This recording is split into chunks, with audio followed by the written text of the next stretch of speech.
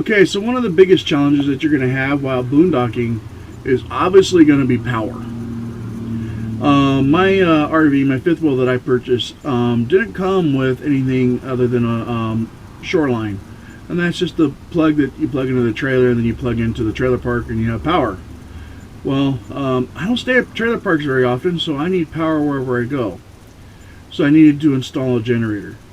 So I'm going to show you how I installed the generator and give you some tips on if you want to install a generator, use a generator on your own.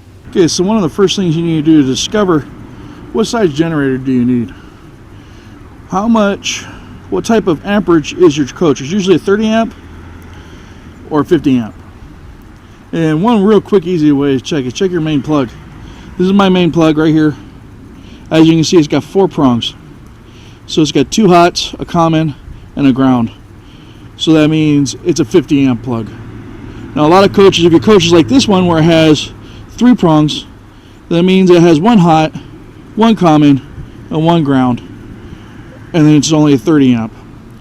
So versus like if I want to run, and also just figure out how much power you're going to need when you're out and about. It varies for me. So like right now when the weather's nice, it's in the 70s, I don't need to run the air conditioner. I just open up the windows. The only power I need is enough to charge up the batteries in the coach and run my TVs and stuff like that.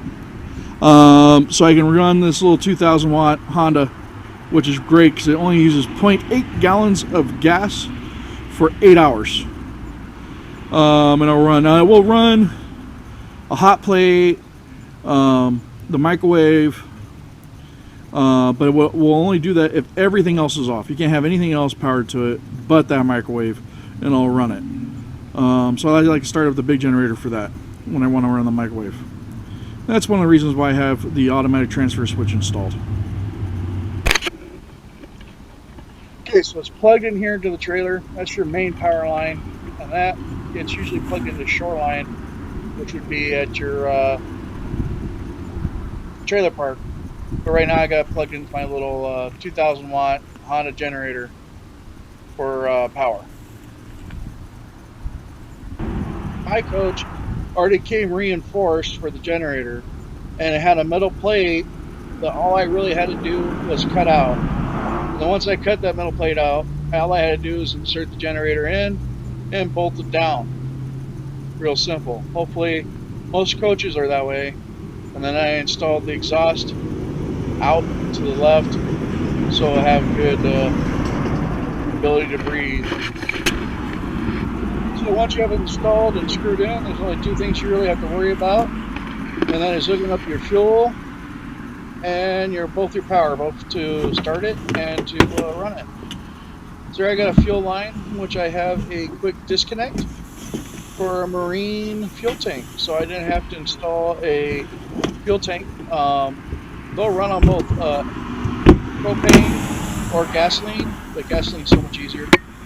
Right there, all you gotta do is plug in your positive line from your batteries.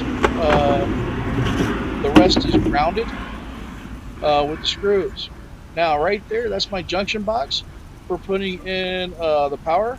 That's also where you could put a plug-in if you want to plug directly into the generator instead of running a transfer. So what I opted to do, instead of putting a fuel bladder up underneath the coach, which is rather expensive, I just bought this Marine 15-gallon fuel tank and hooked the line up coming out that's long enough with the Marine quick disconnects.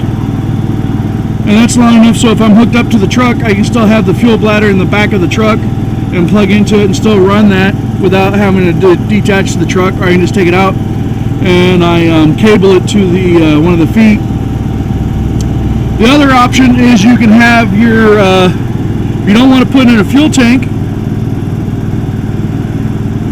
you can also have your own, and you can get a generator to run off of your LP, which is your propane. The difference is like that 5500 would max out at 80% of its efficiency on propane, but all it takes is a different carburetor. You can use the same generator and just switch carburetors and use propane. But they sell them with the carburetors or everything for the same price. So if you're going to go propane, just buy a generator that's already set up for propane.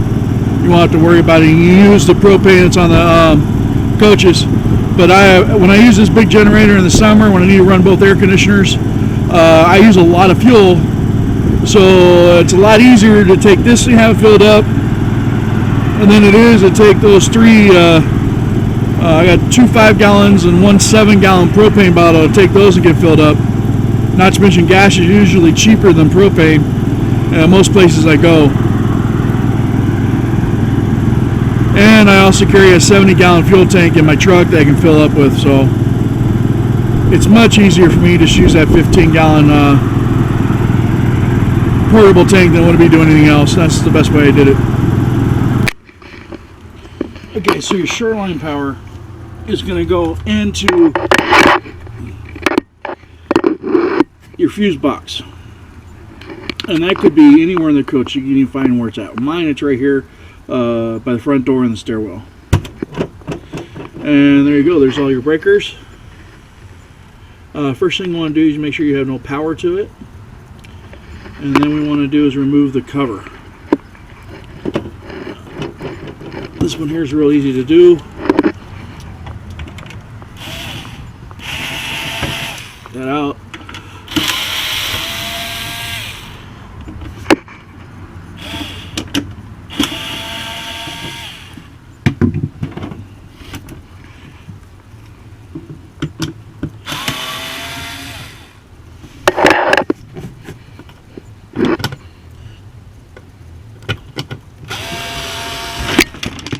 There she goes. I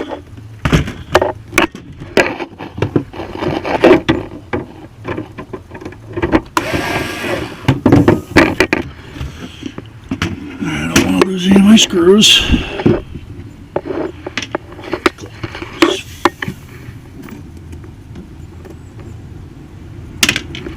Okay, so here's your fuse box. Now you see you got the two 50 amp breakers. See, mine is a 50 amp coach. How you can tell if it's a 50 amp coach versus a 30 amp is how many wires you have for hots. This one here, as you can see, I have a red and a black wire going into those two 50 amp breakers. So that means I have two hots. The white that goes over here, that is your common, and the green that comes over there is also, well, that's your ground. Okay. And those wires should, if you have nothing else installed, should come directly from your shoreline.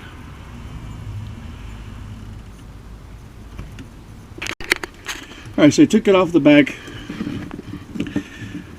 2 more screws and it comes out. And you can see back up in here this whole lot of wire mess. Don't let that daunt you because we're not really going to mess with that. Right here, see that big black wire going in the back down there? That's your main wire that comes from your shoreline and then goes into your breakers. So what you have to do is unscrew that red and black, the white, and the green off the fuse box, because you do not want to, because you gotta incorporate your generator somehow. And you have two options. Is you can do a manual switch or an automatic transfer switch. I personally went with the automatic transfer switch because you just hook it up and forget about it, and then whenever power turns on from the generator, it will automatically transfer from the shoreline to the generator and back.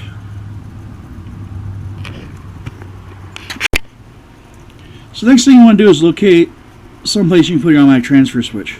Now I noticed that below my bottom drawer here in the kitchen, there's a large space. I took the drawer out and looked that I had plenty of room to put the automatic transfer switch, and it's very close to the circuit breaker box. So installing this is really simple. Here we go. It has a diagram on the inside, shows you how to hook everything up. But what you do, your first set is your shoreline. So you take all your wires out of the back of your breaker box, and you bring them in and you hook them up to your shore power. You got your 2 hots, your common, and then your ground's hooked up here on the side of the box. The next set is your generator. So you go directly from your generator to here. So again, you have your 2 hots and your common. Now this is your out. This goes back to the circuit breaker. So what happens, if I were just to hook the generator directly into the breaker box, it would work fine until I plugged the shoreline in. And then it would send power straight back to the generator, actually blowing out the generator. So you want to avoid that. So that's why you have to have a transfer box.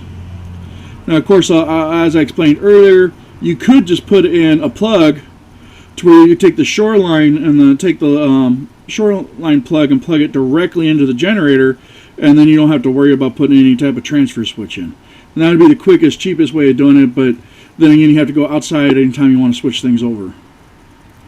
This is the best long-term fix. So, bottom line, it's really easy. Take all the wires from the box, from the circuit breaker box, bring it over here, you plug it into your shoreline, generator into here. This goes back to your breaker box. Put it all back, and you're good to go. So what happens is, say you are hooked up to the shoreline power, and you go start your generator.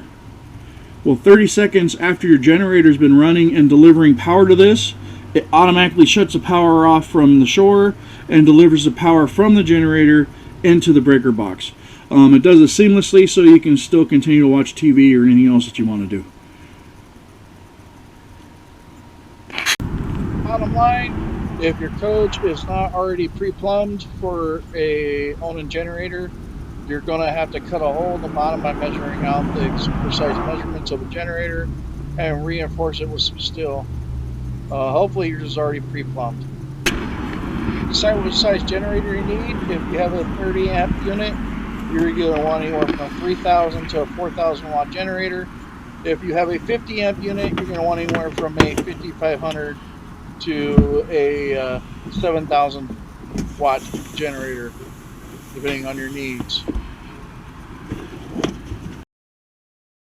Decides whether you want to just plug your shoreline into directly into your generator, or if you want to install a transfer switch. I would recommend a transfer switch. They're anywhere from $60 to $300, depending on where you get them from. And then after all that, put everything back together, and you're pretty much good to go. If you have any questions, please let me know.